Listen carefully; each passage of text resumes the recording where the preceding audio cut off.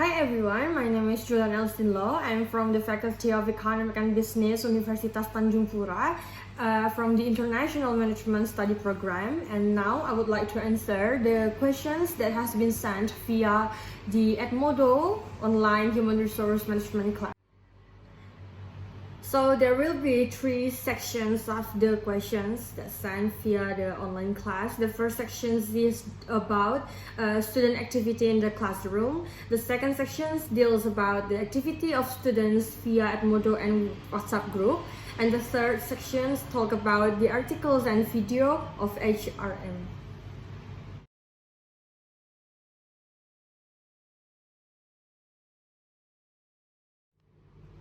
So the first question's answer is I have already attended all of the Human Resource Management class of Faculty of Economic and Business because I took this Human Resource Management course.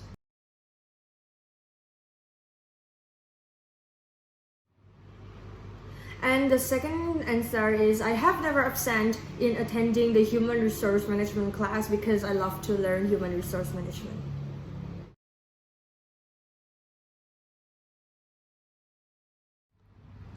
From Human Resource Management class learning, I've got knowledge about what is the definition of Human Resource Management, how to implement the HRM, what is the purpose of implementing HRM in the company, why HRM is important for management, and how to appreciate people and make people feel happy in doing their work.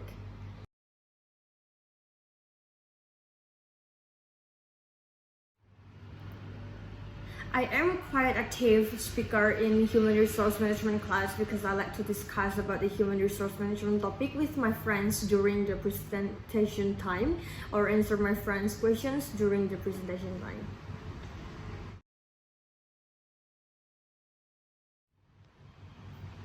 Yes, this is my first time to study Human Resource Management via WhatsApp, Edmodo, YouTube, and Facebook media because right now Human Resource Management class is really creative and innovative by using many social medias.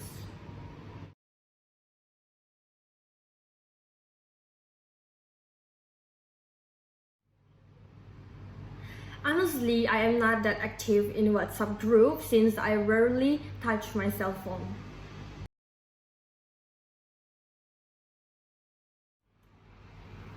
I have answered most of the questions that Sir Adi Musalin sent via WhatsApp group. For example, the questions about how important is human resource management in doing your business in the future, and also what are happy people at work.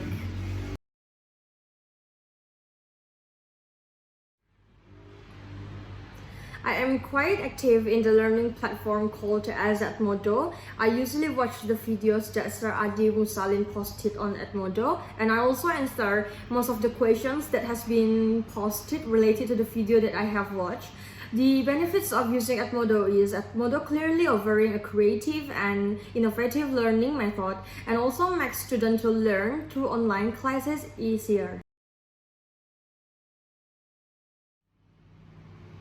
The topics that I have video recorded in the Edmodo previously is the topic about human resource basics, human resource management definition, and stop trying to motivate your employees. I choose those topics because they are fun to talk about and also easy to be understand and explain.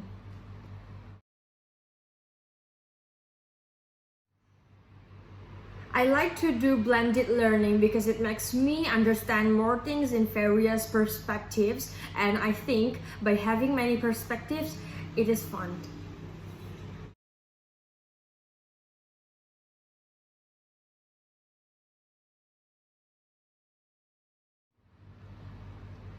In my opinion, human resource management is a strategy to management of people within an organization which is aimed to maximize the productivity and effectiveness of employees since it will also impact the company's productivity.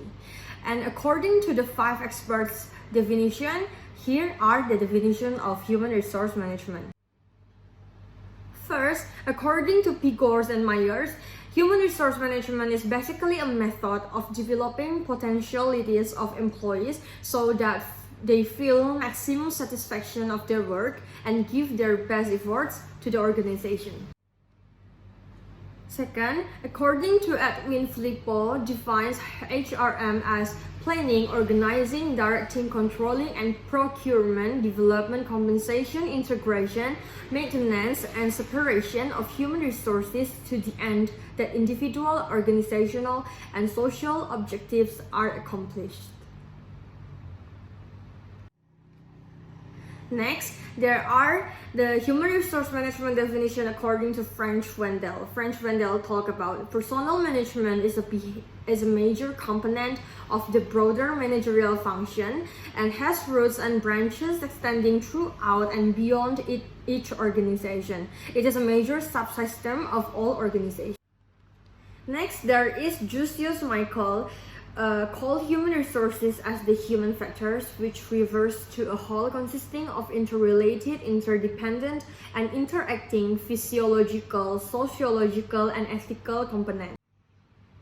Lastly, there is Michael J. Jusius, who said that human resource management is that field of management which has to do with planning, organizing, controlling, and the functions of procuring, developing, maintaining, and utilizing a labor force.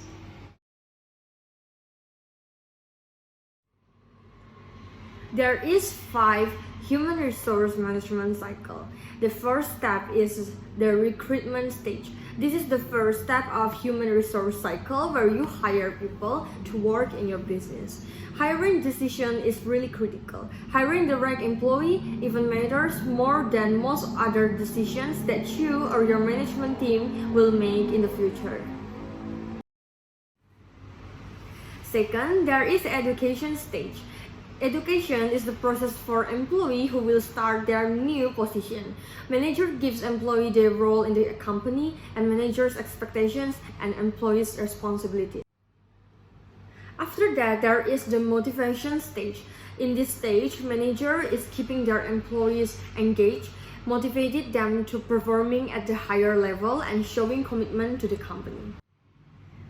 Next is the evaluation stage. Evaluation stage is where a supervisor will evaluate and measures an employee's performance. And the life cycle is the celebration. It is the last step where you have the opportunity to re-energize your staffs, thank the employees for their hard work, and recognize the important milestones.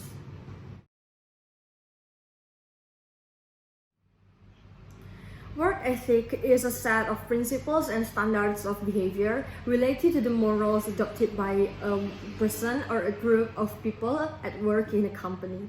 And work ethic is important in a company because a healthy culture and work ethic can enhance work morale among employees.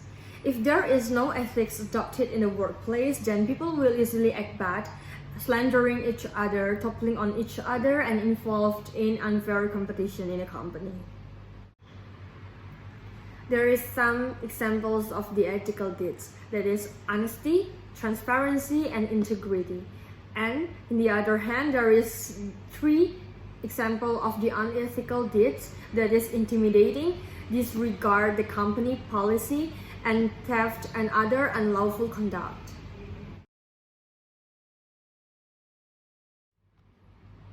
As I talk about the sexual harassment, it can come from the co-worker, supervisor, customer, and many more.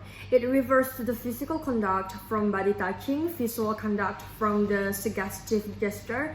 It can also look like teasing, intimidating, or making vulgar, offensive, or explicit jokes about sex.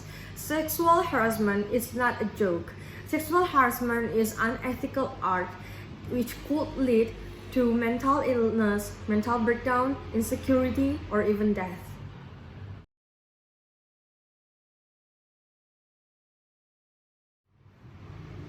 Diversity management is a part of human resource management. It involves the recognition, effective deployment, and harmonization of individual employee idiosyncrasies. Diversity can stem from a wide range of factors, including the genders, ethnicity, personality, cultural beliefs, social, marital status, disability, or even sexual orientation.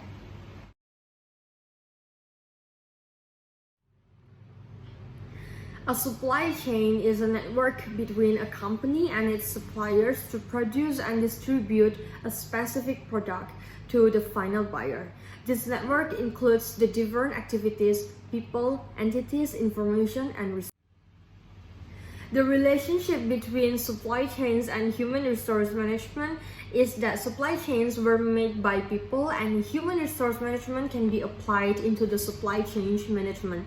We can use in human resource system, for example, like incentives, performance management, long-term relationship to manage the supply chain partners. We can also collaborating with the supply chain partners to develop and coordinate the human resource system for the supply chain as a whole.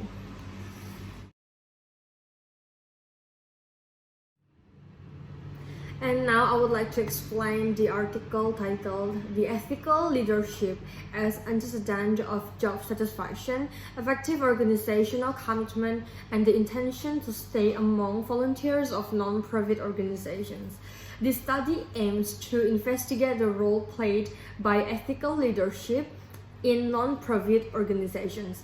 More precisely, this study aims to first investigate the effect of ethical leadership on volunteer satisfaction, as well as on their effective organizational commitment and the intention to stay in the same non-profit organizations. The study findings provide three important indications for how non-profit organizations could address the issues in their management of volunteers. First, ethical leadership clearly emerged as a crucial factor in the successful management of volunteers, fueling their loyalty and commitment to the non-profit organizations where they work. This is a relevant point since over the last decades in the non-profit organizations have increasingly adopted business-like practices and approaches in order to become more efficient and to successfully overcome the problems arising from the reduction of the governmental funds. Second, from our findings, volunteer satisfaction emerged as a crucial dimension, since it fully explains the effect of the ethical leadership, hence in order to increase the rate of volunteers' retention as well as their effective commitment, non-profit organizations managers should address the effectively volunteers' motivations in order to fulfill them. In fact, several studies have shown that the quality of the practices and tools adopted in the management of volunteers are a critical factor for the satisfaction and loyalty of their volunteers. Third, it should be highlighted that under a strictly management perspective, the studies, including the present one, show that it is more productive to focus on organizational and managerial aspects than on volunteers' personality traits, since the former are the most directly controlled by the organization.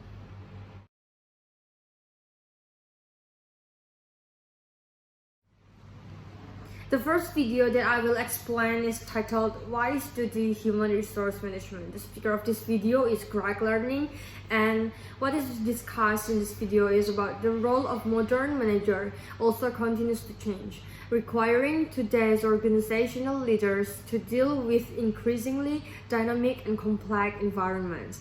Today's business environment that might cause human resource management to rethink their way of doing a business is a key item that is causing this process of rethinking management is the fact that there is much greater competition and an external environment that requires a much greater rate of change. As a result, human resource management as well as operational managers have been forced to think in more strategic terms about how their organization can win against their competitors by utilizing their human resources. We define engaged employees as those who understand what they need to do to add value to the organization and are satisfied enough with the organizations and their roles within to be willing to do whatever is necessary to see to it that the organization succeeds. And the second video is managing diversity. The speaker of this video is Carl Boger. This discusses about workplace diversity refers to the variety of differences between individuals in an organization. Diversity is not only includes how individuals identify themselves, but also how others perceive them. Diversity within a workplace encompasses the race, gender, ethnic group, age, religion, sexual orientation, citizenship status, military service, and the mental and physical conditions, as well as the other distinct differences between people. There are many benefits to having a diverse workplace. For starters, the organizations that commit to recruiting a diverse workforce have a large pool of applicants to choose from, and which can lead to finding more qualified applicants. For leadership to effectively manage diversity in the workplace, they need to understand their backgrounds and how their behavior and beliefs can affect their decision making within a diverse environment. Encouraging diversity is the way forward for the organizations. In a global talent market, businesses that can successfully manage the diversity in their workplace will have a definite competitive advantage over others in terms of differentiation in their innovation and employer branding. Let's talk about the third video. It is about the human resource outsourcing, and the talkers in this video is Professor Dr. Ritu Gandhi Arora. This video talk about the human resource outsourcing is a process in which a company utilizes the services of the third party to take care of its human resource functions. Human resource outsourcing involves the hiring companies to manage personal functions, including the administration of health benefits, the retirement plans, and the workers' compensation insurance. It also including hiring, training, and legal expertise. Several benefits of human resource outsourcing is the first, it is have cost saving. Next is the payroll and accounting. Third is about the risk management, and fourth is about the global talent, and lastly it is about the. So that's all my answers for the questions. Thank you for your guys' attention, and see you in my next video.